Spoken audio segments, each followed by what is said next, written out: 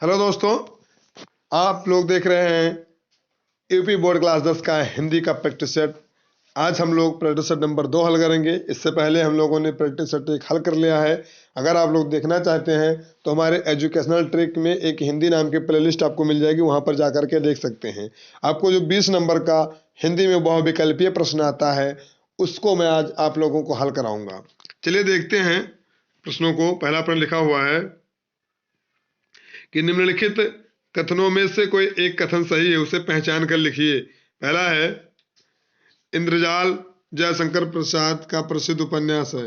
दूसरा है त्रिवेणी रामचंद्र शुक्ल की कहानी संग्रह है। तीसरा है शिक्षा और संस्कृत डॉक्टर राजेंद्र प्रसाद की रचना है। चौथा अजंता डॉक्टर भागवत शरण उपाध्याय का नाटक है। इसमें से आपको बताना है कौन सा ऑप्शन सही है। तो इसका ऑप्शन सी सही है, ग नंबर। शिक्षा और संस्कृत डॉक्टर राजेंद्र प्रसाद की रचना है। अगला क्वेश्चन देखते हैं।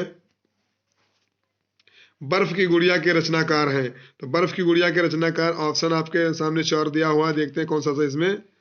देखिए, पहला है पद्मलाल पुन्नालाल बख्शी, दूसरा है जयप्रकाश भारती, तीसरा है रामधारी सिंह दिनकर और चौथा है आचार्य रामचंद्र शुक्ल। तो इसमें देखना है कौन सा सही है। इसमें ख नंबर सही है, जयप्रकाश भारती। बर्फ की गुड़िया जयप्रकाश भारती की रचना है। अगला क्वेश्चन देखते हैं, लिखा हुआ आप लोगों के सामने। कलकत्ता से पीकिंग किस विधि की रचना है। तो देखिए, पहला क्वेश्चन इसमें लिखा हुआ है यात्रा वृत्तांत, दूसरा है रिपोर्टाज, तीसरा है संस्मरण, चौथा है कहानी।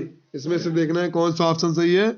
ये यात्रा वृत्तांत है। कलकत्ता से पीकिंग जो है ये यात्रा वृत्तांत है। अगला देखते हैं, खादी का अर्थशास्त्र के रचनाकार हैं। तो खादी का अर्थशास्त्र देखना है, पहला है डॉक्टर राजेंद्र प्रसाद, दूसरा है भागवत शरण उपाध्याय, तीसरा है आचार्य रामचंद्र शुक्ल, चौथा है जयशंकर प्रसाद। तो इसमें से कौन सा ऑप्शन सही है।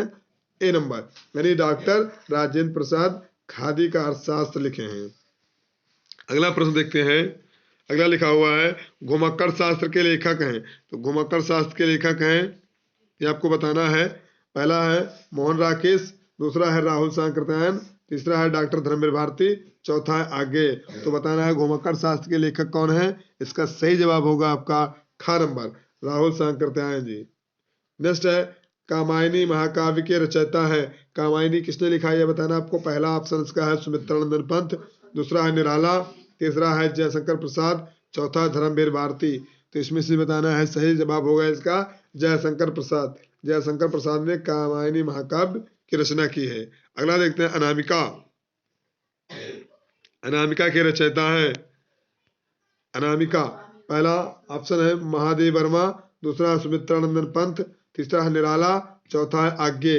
तो इसमें आपका करेक्ट जवाब होगा निराला जी। अनामिका के रचयिता निराला जी हैं। अगला क्वेश्चन है निम्नलिखित में से प्रयोगवादी कवि कौन है। तो प्रयोगवादी पहला है भूषण, दूसरा है बिहारी, तीसरा है सुमित्रानंदन पंत, चौथा है आगे। तो प्रयोगवादी कवि जो है वो आपके आगे जी हैं। ऑप्शन नंबर डी सही है। अगला प्रश्न देखते हैं प्रजा हितैषी। देखिए, प्रजा हितैषी समाचार पत्र निकालने वाले हिंदी सेवी थे। तो कौन थे, इसका सही जवाब होगा। देखिए, चार ऑप्शन बताइए आप लोग। राजा शिव प्रसाद सितारे हिंद पहला है, दूसरा है राधा शरण गोस्वामी, तीसरा है राजा लक्ष्मण सिंह, चौथा है बद्री नारायण चौधरी प्रेम घन। तो इसमें सही जवाब इसका होगा आपका ग नंबर, यानी राजा लक्ष्मण सिंह। राजा लक्ष्मण सिंह। अगला प्रश्न देखते हैं। अगला प्रश्न है तार सप्तक के संपादक हैं। देखिए, तार सप्तक के संपादक पहला है निराला जी, दूसरा है महादेव वर्मा, तीसरा है आज्ञे, चौथा है श्याम नारायण पांडे। तो देखिए, इसमें से कौन सा ऑप्शन सही है। इसका सही जवाब होगा ग नंबर, आज्ञे जी। तार सप्तक के संपादक आज्ञे हैं। अगला क्वेश्चन देखते हैं। हे खग मृग हे मधुकर श्रेणी, तुम देखा सीता मृग नैनी में कौन सा रस है। तो ये आपको बताना है। इसमें चार ऑप्शन दिए हैं, बताना है। पहला है हास रस, दूसरा है करुण रस, तीसरा है वीर रस और चौथा इनमें से कोई नहीं। देखिए, इसको कैसे समझते हैं। इसमें आपके सिलेबस में दो ही रस है, एक हास एक करुण। दोनों में से कोई होगा, वीर रस तो इसमें हो ही नहीं सकता है। इनमें से कोई भी नहीं होगा क्योंकि दोनों दे दिया गया है। तो हास या तो करुण देखना है इसमें से कौन सा। तो हे खग मृग हे मधुकर श्रेणी, तुम देखा सीता मृग नैनी। तो इसमें आपका करुण रस है, यानी ऑप्शन नंबर ख सही है। अगला देखते हैं।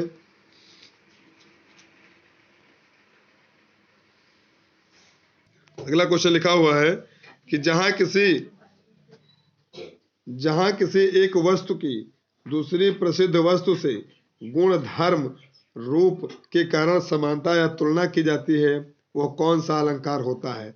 तो पहला ऑप्शन है रूपक, दूसरा है अनुप्रास, तीसरा है उपमा, चौथा है श्लेष। तो इसमें से सही जवाब इसका होगा ग नंबर, यानी उपमा है।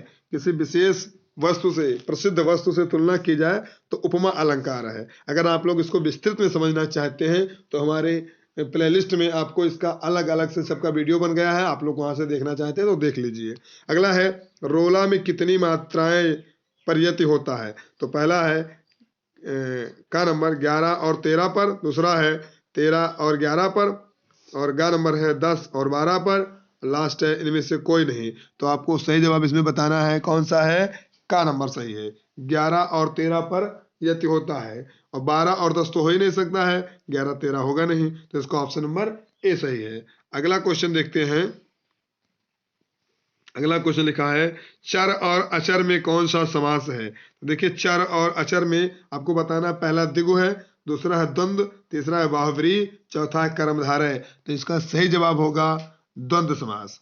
द्वंद्व समास में और शब्द लगा मिल गया है, इसलिए हम द्वंद्व मारते हैं इस पर सही। और अगर इसमें कोई संख्या दिया होता तो इसमें हम द्विगु बताते।